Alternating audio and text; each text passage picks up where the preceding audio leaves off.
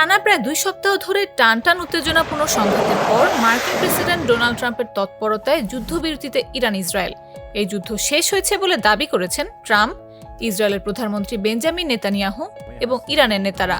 তারা প্রত্যেকেই নিজেদের শর্তে যুদ্ধবিরতি কার্যকর হয়েছে বলে দাবি করছেন।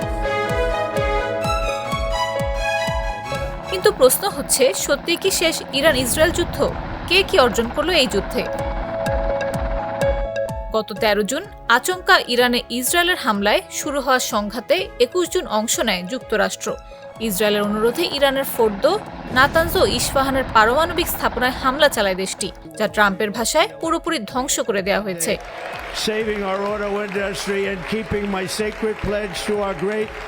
এর প্রতিক্রিয়ায় 23 জুন ইরান কাতারে অবস্থিত মধ্যপ্রাচ্যের বৃহত্তম মার্কিন বিমান ঘাঁটি আল উদেইদে ক্ষেপণাস্ত্র নিক্ষেপ করে।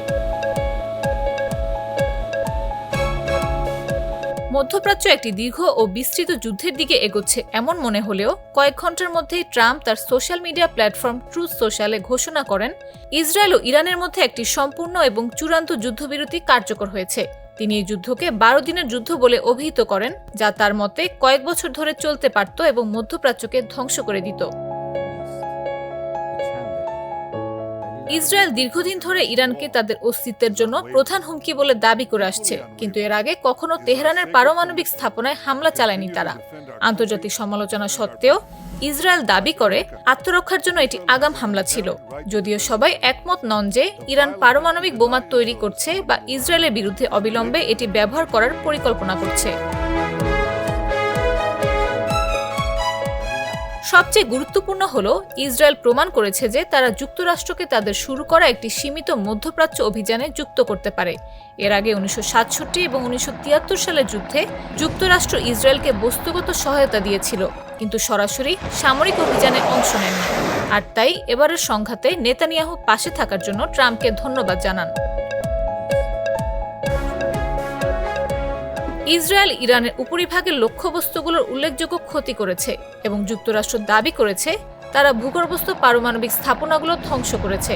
তবে স্যাটেলাইট ছবিতে ক্ষেপণাস্ত্র আঘাত হানার প্রমাণ পাওয়া গেলেও কি কি ধ্বংস হয়েছে তা যাচাই করার জন্য স্বাধীনভাবে কিছুই নিশ্চিত হওয়া যায়নি।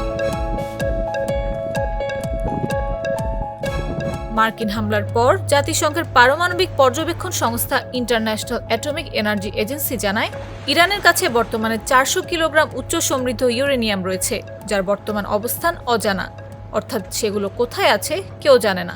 এছাড়াও ইরানের পারমাণবিক কর্মসূচি অক্ষত থাকবে বলে জানায় ইরানের আণবিক শক্তি সংস্থার প্রধান। ইসরায়েল ও ইরান যুদ্ধবিরতিতে সম্মত হয়েছে, শান্তি নয়। ইরানের পারমাণবিক কর্মসূচি নিয়ে বিশেষজ্ঞরা বলছেন, দুটি সম্ভাব্য ভবিষ্যৎ পথ রয়েছে। একটি পথ হলো ইরানের পারমাণবিক স্থাপনাগুলোর পুনরায় জাতিসংঘ পরিদর্শন এবং ইরানের সঙ্গে একটি নতুন চুক্তি, যা সম্ভবত 2015 সালের তৎকালীন মার্কিন প্রেসিডেন্ট বারাক ওবামার জয়েন্ট কম্প্রিহেন্সিভ প্ল্যান অফ অ্যাকশনের মতো হতে পারে। এটি তেহরানকে তাদের পারমাণবিক কর্মসূচির ওপর বৈশ্বিক চাপ কমাতে সাহায্য করতে পারে। এখানে ইউরোপীয় শক্তিধর দেশগুলো একটি গুরুত্বপূর্ণ ভূমিকা পালন করতে পারে। ইসরায়েল অতীতে পশ্চিমা দেশগুলোর সঙ্গে ইরানের যে কোনো পারমাণবিক চুক্তি বানচাল করার চেষ্টা করেছে এবং নতুন চুক্তি সহজে মেনে নেবে না।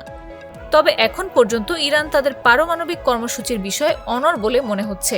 সোমবার ইরানের সংসদের জাতীয় নিরাপত্তা কমিটি একটি বিল অনুমোদন করেছে, যেখানে তারা জাতিসংঘের পরমাণু সংস্থার সঙ্গে তেহরানের সহযোগিতা সম্পূর্ণ স্থগিত করার কথা বলেছে।